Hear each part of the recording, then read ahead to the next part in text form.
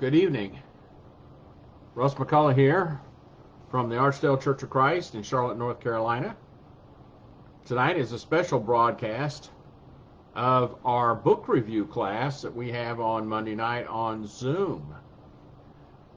We are looking at the classic book by Brother F.W. Mattox, the late F.W. Mattox, on church history entitled The Eternal Kingdom.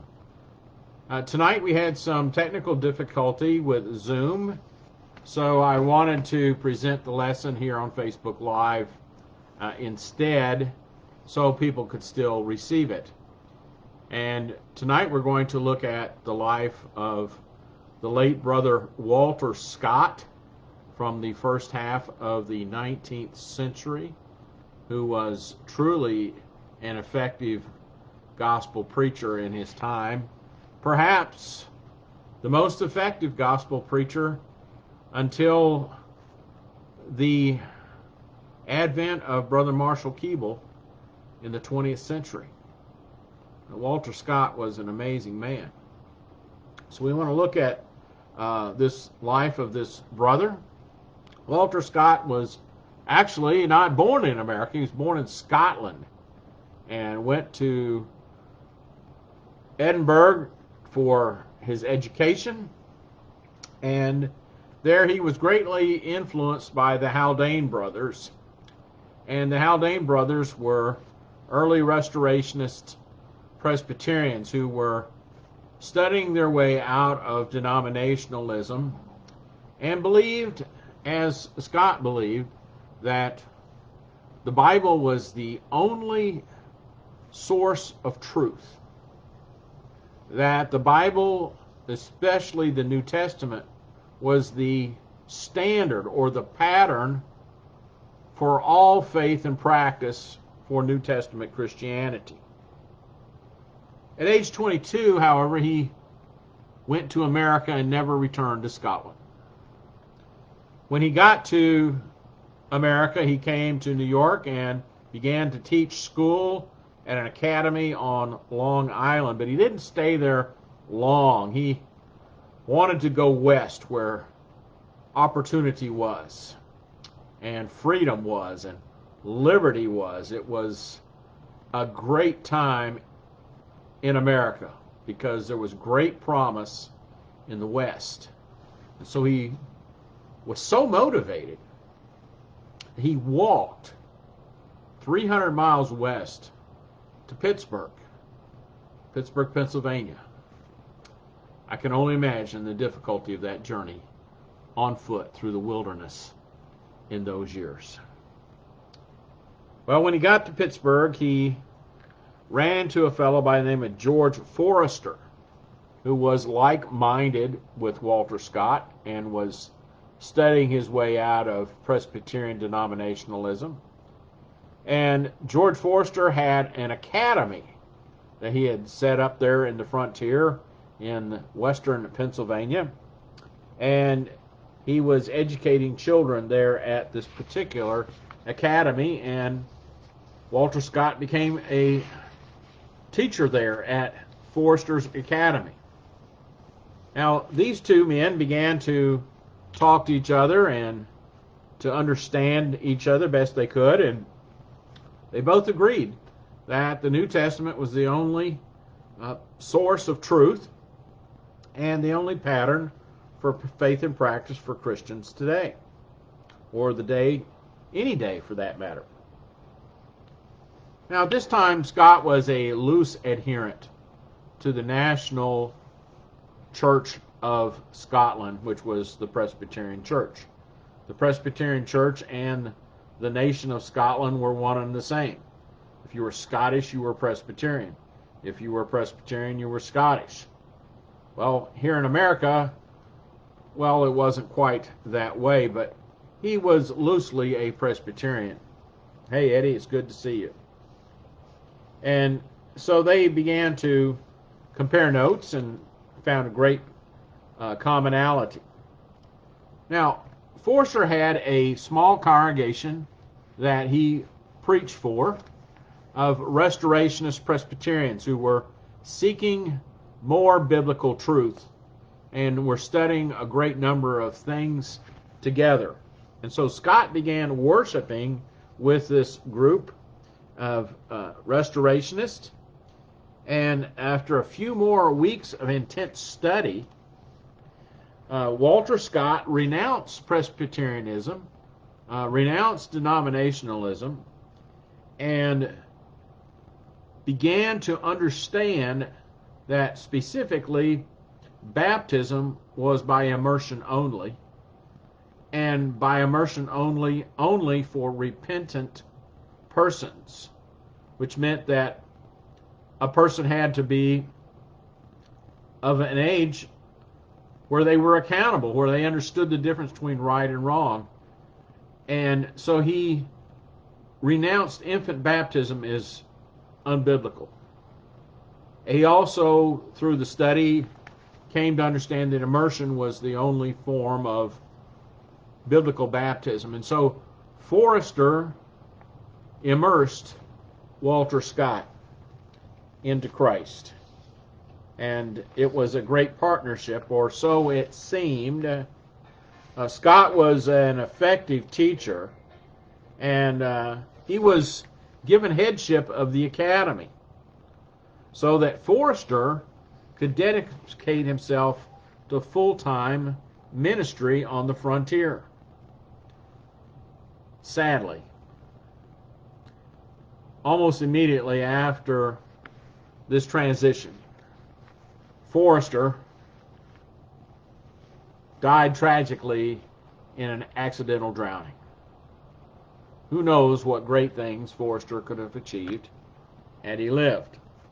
But instead, now, Walter Scott had the headship of the academy and the ministry of the small church.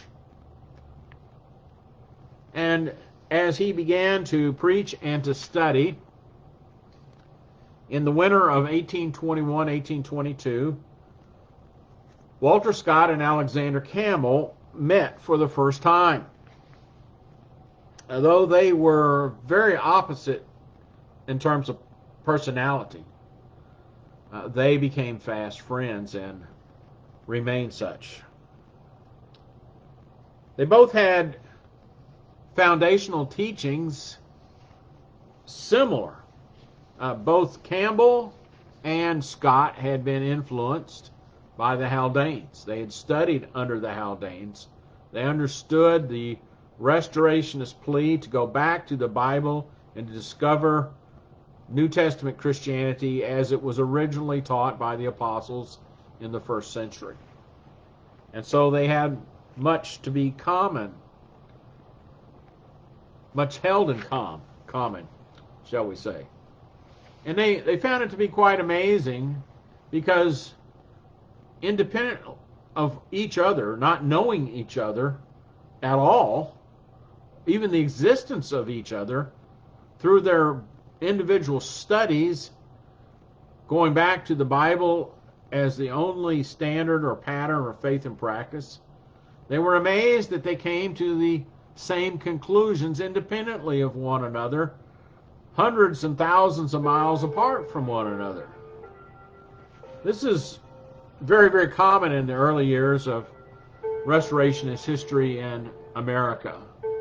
And so there was a saying that came about that said simply this: we are Christians only, but not the only Christians. Because people were coming to the same conclusions, though they did not know each other, though they lived on the other side of the Appalachian Mountains from each other. But when they eventually met, they soon discovered that they believed the same thing. Christians only, but not the only Christians. It was really a happy time when these discoveries were made. Now, according to Mattox, in his book, The Eternal Kingdom, Alexander Campbell, again, not like Walter Scott. Walter Scott was not like him. They were polar opposites, actually. but they knew that they were working together for the same Lord. So according to Mattox, Campbell was, first of all, personality-wise, he was coldly logical. He was rational and reasonable to a fault. His mind just worked that way.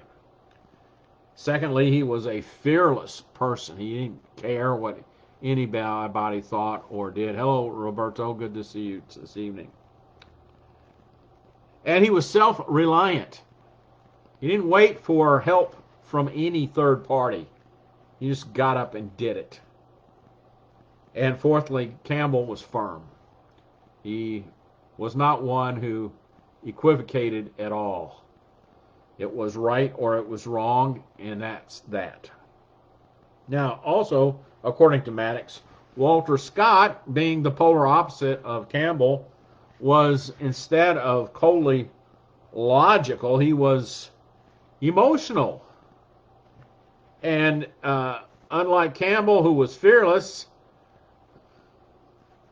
Walter Scott tended to be timid. And unlike Campbell, Walter Scott was artistic. He had this ability to think outside the box, to analyze things, and to do things differently if needed be. And this was actually the thing that propelled Walter Scott to great success. And we appreciate everyone being here. I don't know if I pronounced the name correct. Gante Pogo. I'm glad you're here with us, and I apologize if I mispronounce your name. Don't mean to do so.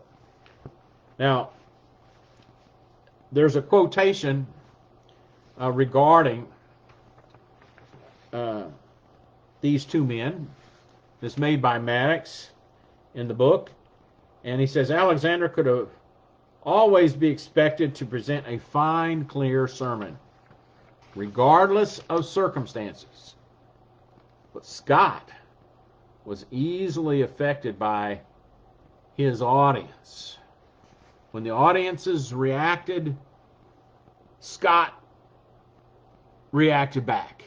There was this rapport between the audience and the speaker, action and reaction of the emotions.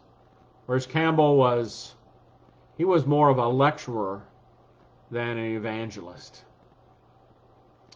In fact, it was said by many that under favorable circumstances, Scott's speaking far surpassed that of Campbell.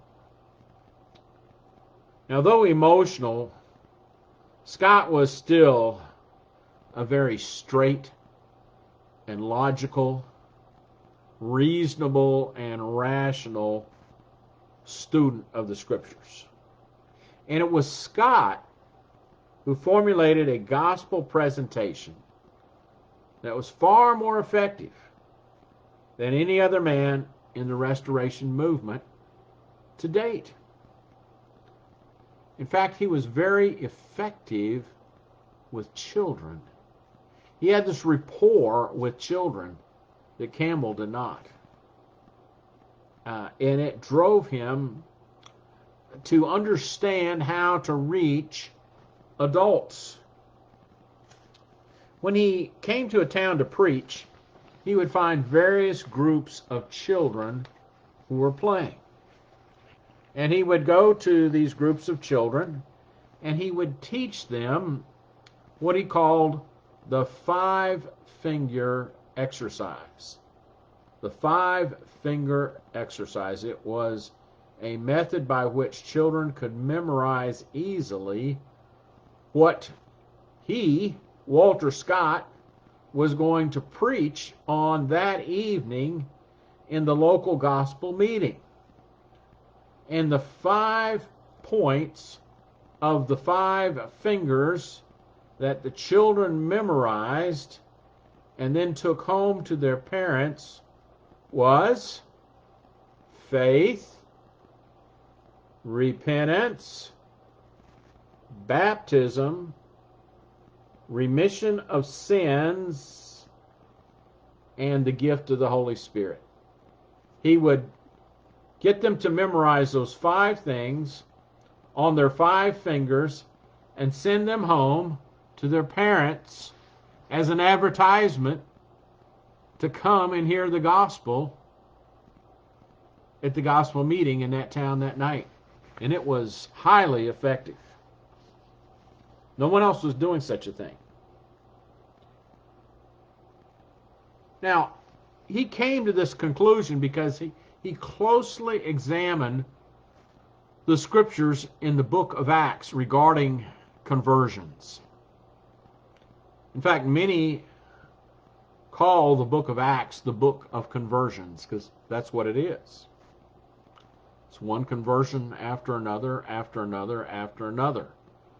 All these examples tell people then and now how to get saved, how to answer the question, what must I do to be saved? You find the answer in the book of Acts.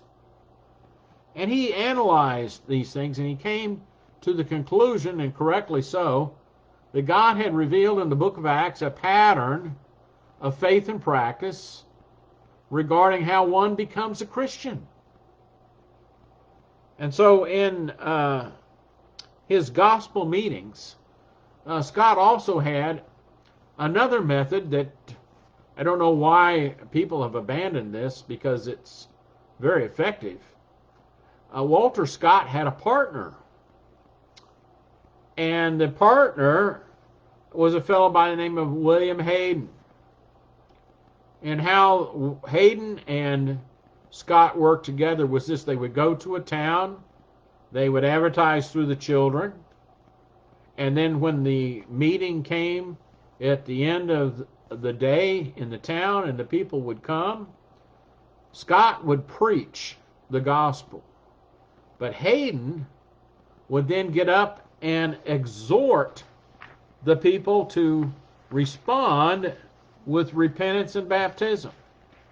In other words, there was 2 sermons by 2 men, one teaching the doctrine and the other exhorting the people to respond and obey the doctrine. And this is what Walter Scott once told people regarding his methodology.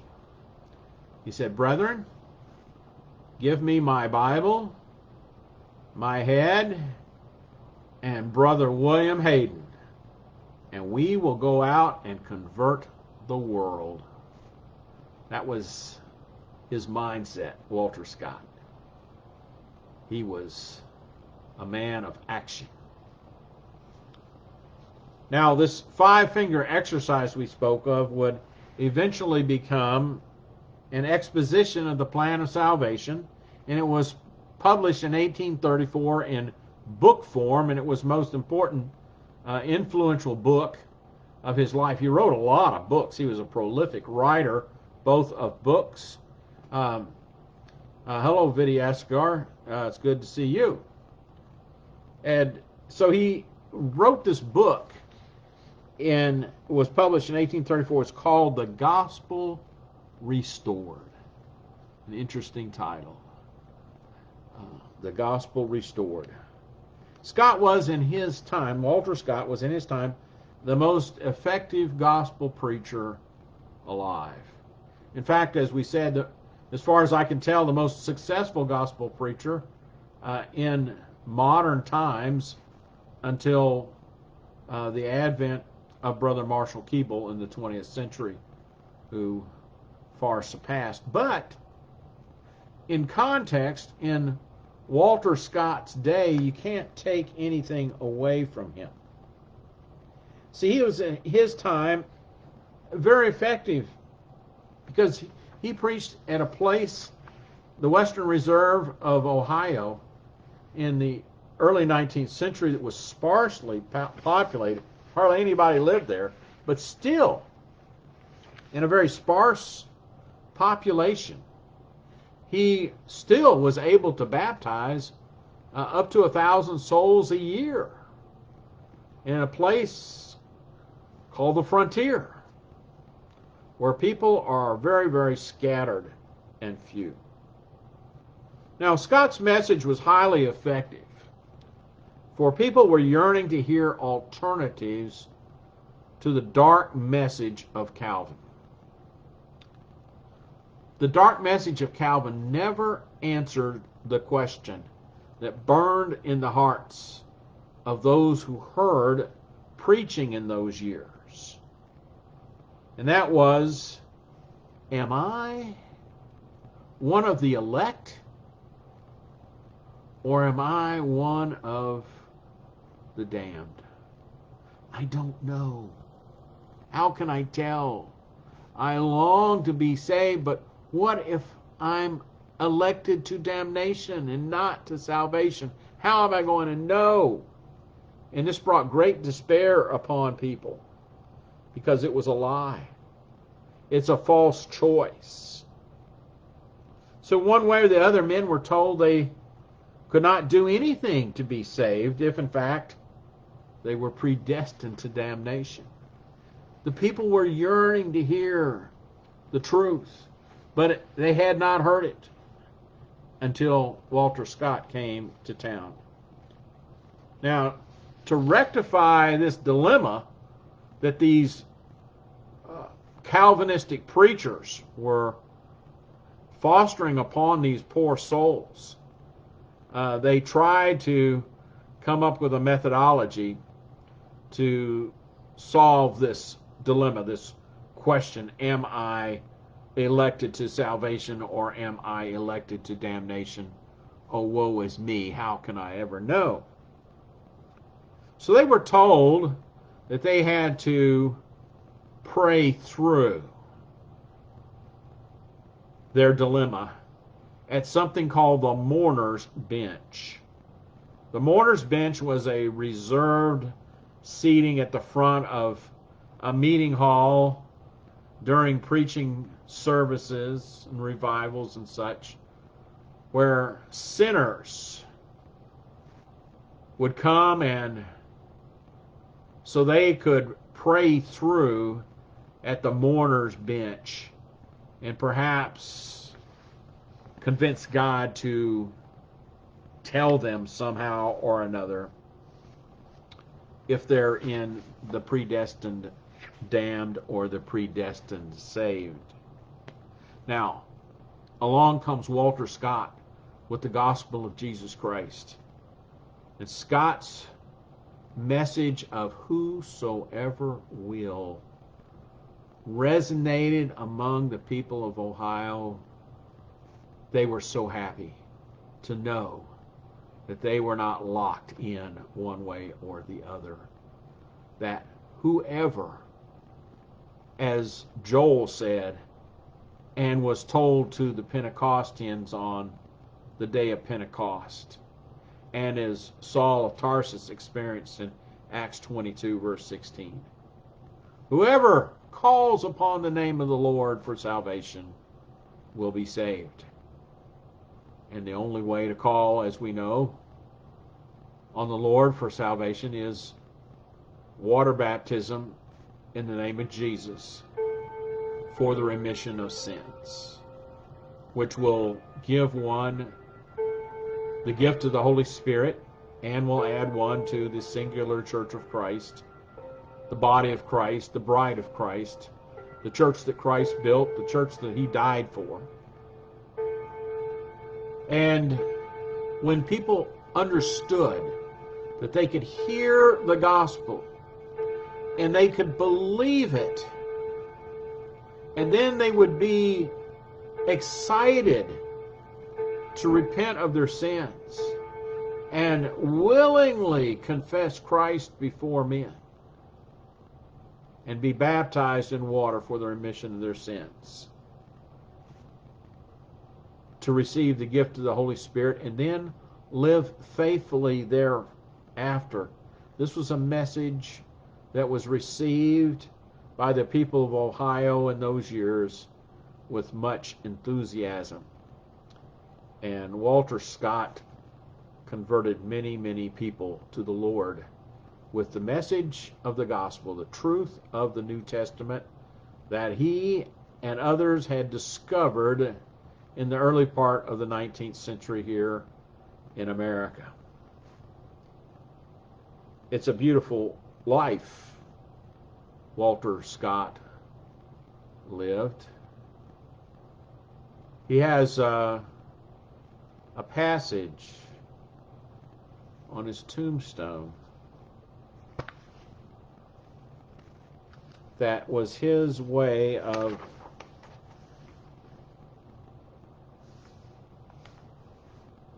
speaking to his own life. And it's the words of John chapter 17, verse 8. These are the words on the tombstone of Walter Scott. The words which thou gavest me, I have given unto them. That was and is the life of Walter Scott, who lived in the first half of the 19th century on the American frontier, now known as the state of Ohio. There's a couple of quotes that Mattox has I want to leave you with regarding Walter Scott and Alexander Campbell. Here's the first quote.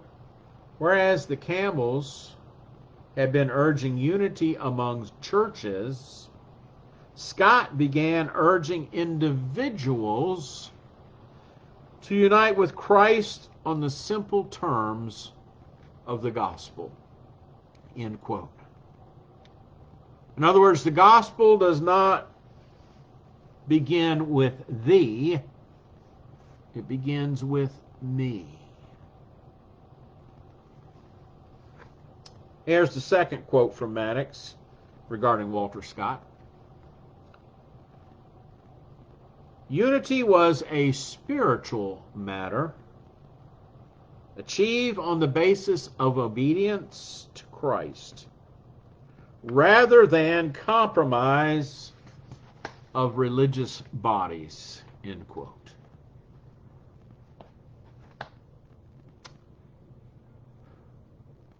One must be a Christian as an individual in order to effect any kind of unity with other persons, because unity is only to those who are in Christ. And the only way to get into Christ, according to Paul in Galatians chapter 3 and verse 27, is to be baptized into him. And so we leave you with Walter Scott, a man long dead, but like our brother Abel, though dead, still speaks. This has been a special presentation of our Zoom class that we normally have on Monday evenings, but we had technical difficulties this evening and we're unable to get the class out, so we have re-recorded it here on Facebook Live, and we appreciate your viewing and sharing. If you're viewing this either now or in the future, please leave a comment or a question. Let us know you were here. And we appreciate so very much you sharing these messages from the Archdale Church of Christ on your timeline in the public mode. When you do so, you fulfill the Great Commission by going into all the world to preach the gospel to every creature. Thank you all for being here, Thank you for viewing. Thank you for sharing the gospel of Jesus Christ to the whole world through Facebook Live. Good night, and God bless you.